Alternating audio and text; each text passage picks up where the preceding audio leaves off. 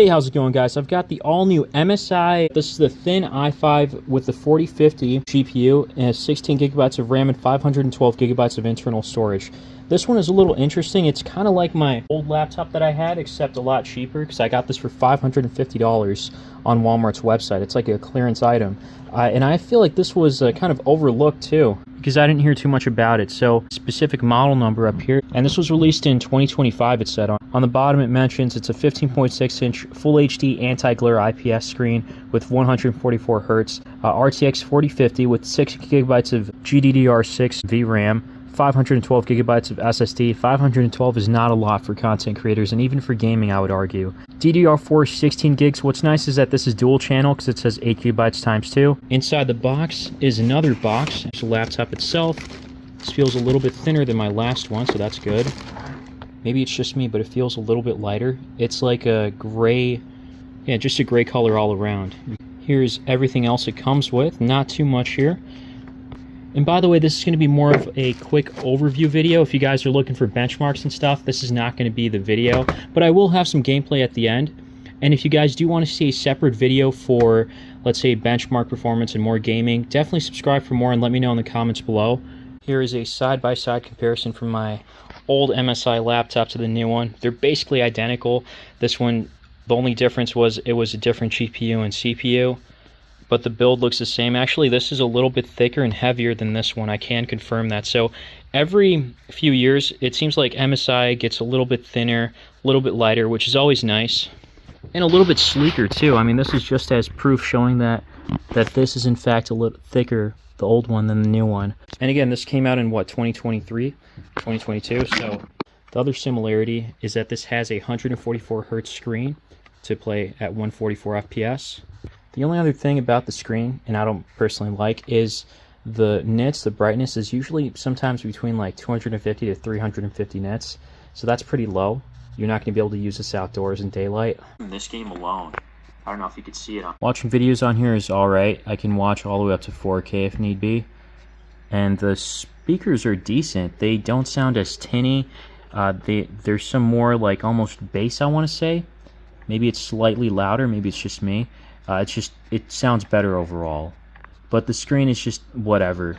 Going down here, the keyboard is pretty, it has some good feedback. It does light up to like this blue-greenish color. It has a few different modes for lighting. This is the brightest, it's like medium, this is low, and we can turn it off completely as well. The WASD stands out a little bit for gaming, as well as the side here, the arrow keys. These are more than just arrow keys. If you hold FN, you can play pause. This is for gaming.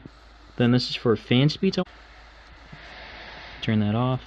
And to turn off the screen. It looks like it did turn off completely. Okay. And the trackpad seems pretty smooth, although a little loose. I wonder if that's just the build quality, because this whole thing is made of what, plastic? On the right side here are all of your ports. What's kind of interesting is that they still include a 3.5mm headphone jack.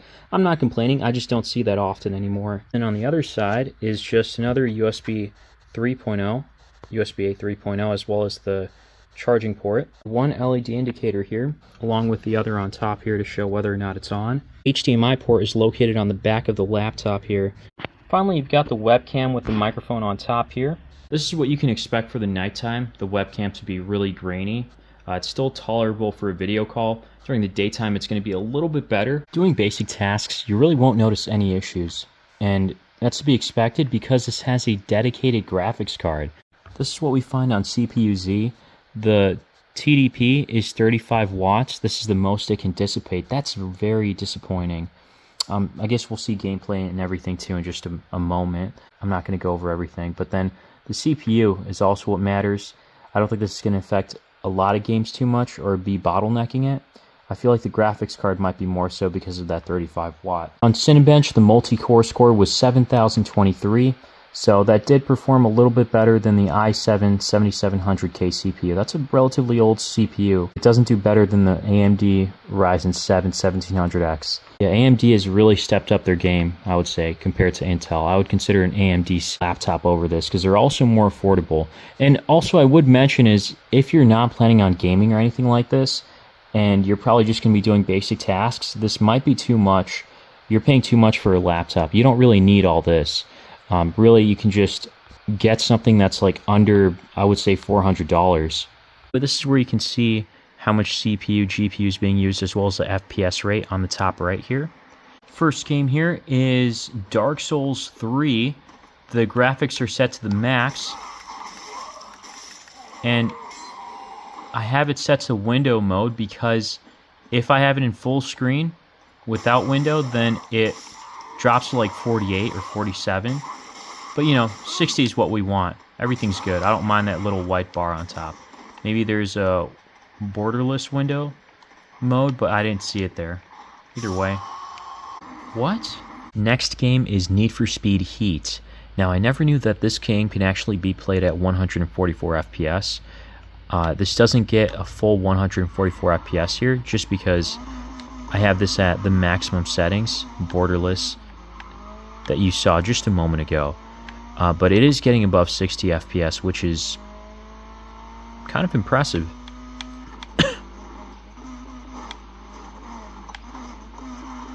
Yeah, it did dip down to 59 there. That was the lowest I've seen it.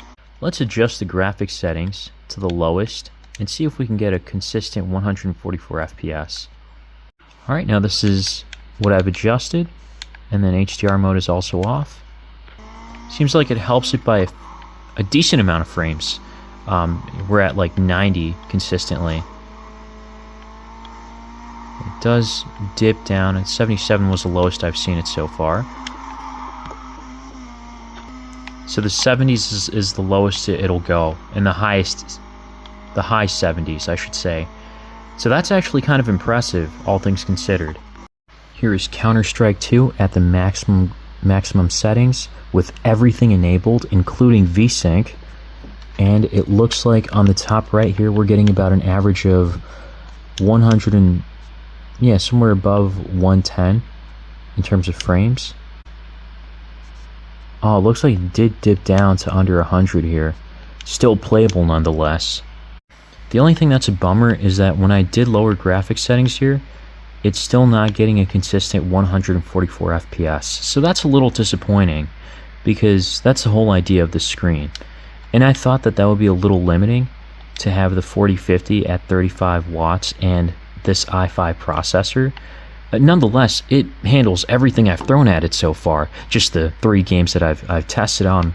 If we want to check out something that's more graphic intensive, I don't know, maybe like Oblivion or something like that, I am definitely going to have it in an update video.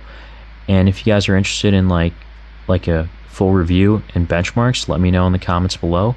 But yeah, my first impressions are this is a pretty solid laptop for $550.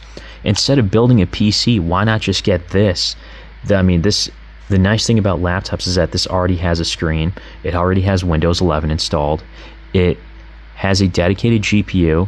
It has an i5, and you can play pretty much every game I've thrown at it at just about 60 FPS, if not more.